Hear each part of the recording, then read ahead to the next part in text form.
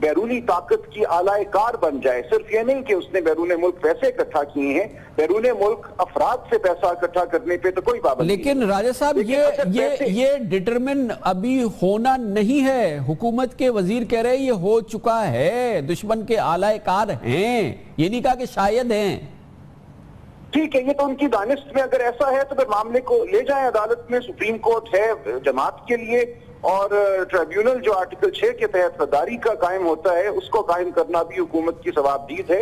یہ دونوں معاملات حکومت کے ہاتھ میں ہیں. بہت شکریہ جناب سلمان اکرم راجہ ہمارے ساتھ موجود تھے. آئیے اب اس جماعت کے ایک انتہائی اہم سینئر رہنما سے بات کرتے ہیں جس کے سربراہ کے بارے میں آج حکومت کی جانب سے کہا گیا ہے, بہت ہی اعلیٰ سطح کی جانب سے کہا گیا ہے کہ وہ غدار, چور اور پاکستان کے دشمنوں کے آلائے کار ہیں. ہمارے ساتھ موجود ہے تحریک انصاف کے ممتاز سینئر رہنما جناب جہانگیر خان ترین. بہت بہت شکریہ جہانگیر خان ترین صاحب.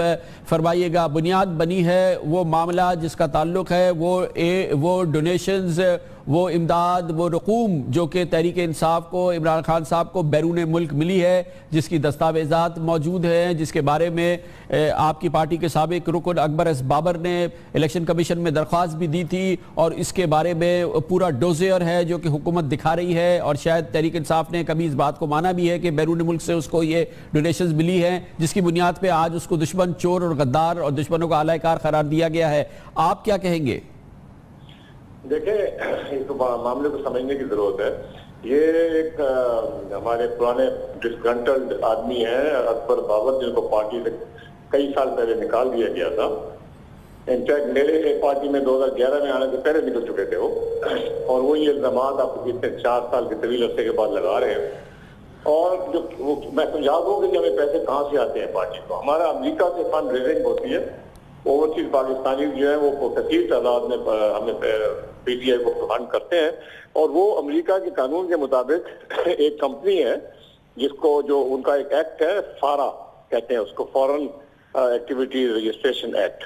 اس ایکٹ کے تحت ایک کمپنی بنی ہوئی ہے قانون کے مطابق, کیونکہ امریکہ میں آپ جا کے ہر جگہ پولیٹیکل ڈونیشن نہیں لے سکتے.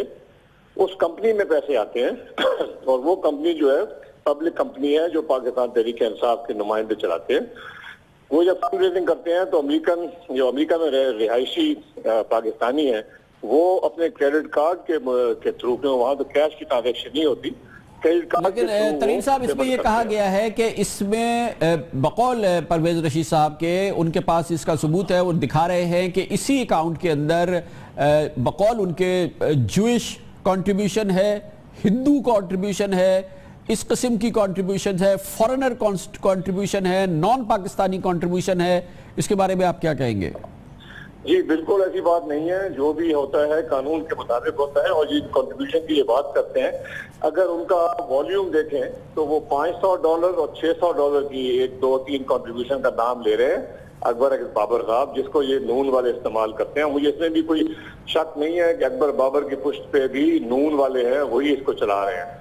تو یہ الزامات لگانا, یہ کاغذات ٹی وی کیمرے کے سامنے لہرانا, یہ تمام چیزیں نون کی ایک پرانی عادت ہے.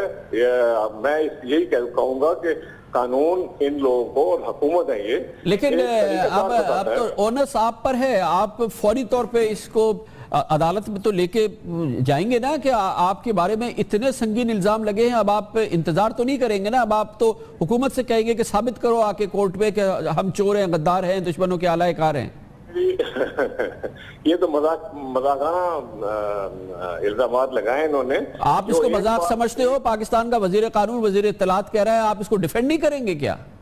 جی ڈیفینڈ ضرور کریں گے, مگر ہمارے وزیر قانون صاحب جس طرح کی باتیں کرتے ہیں, بہت عرصے سے ہم سمجھ رہے ہیں کہ یہ صرف مذاق کرتے ہیں اپنے عہدے کا, اور یہ عہدے کا مذاق کرتے رہیں گے. یہ ان کو ہم کیا کہیں, میں ان کو درباری آپ اس کو, اس چیز کو ان سے کہیں گے نہیں کہ آپ ثابت کریں, آپ کہیں گے کہ اچھا کہہ دیا تو کہہ دیا, کوئی بات نہیں. نہیں بالکل ہم چپ نہیں رہیں گے. آج ہی پریس کانفرنس آئی ہے ہمارا, اس میں پریس کانفرنس سے نہیں ترین صاحب, یہ بہت سیریس بات ہے. یہ اگر آپ اس پہ کورٹ پہ نہیں جائیں گے, آپ کچھ نہیں کریں گے, تو پھر جو ہے وہ ایک انڈیپینڈنٹ لوگ بھی اس کے بارے میں ڈاؤٹ کریں گے, یا آپ کو اس کو کرنا پڑے گا. میں ان کو یہ کہوں گا کہ آپ کو قانون اجازت دیتا ہے, بلکہ اجازت نہیں دیتا, آپ کے اوپر یہ لازم ہے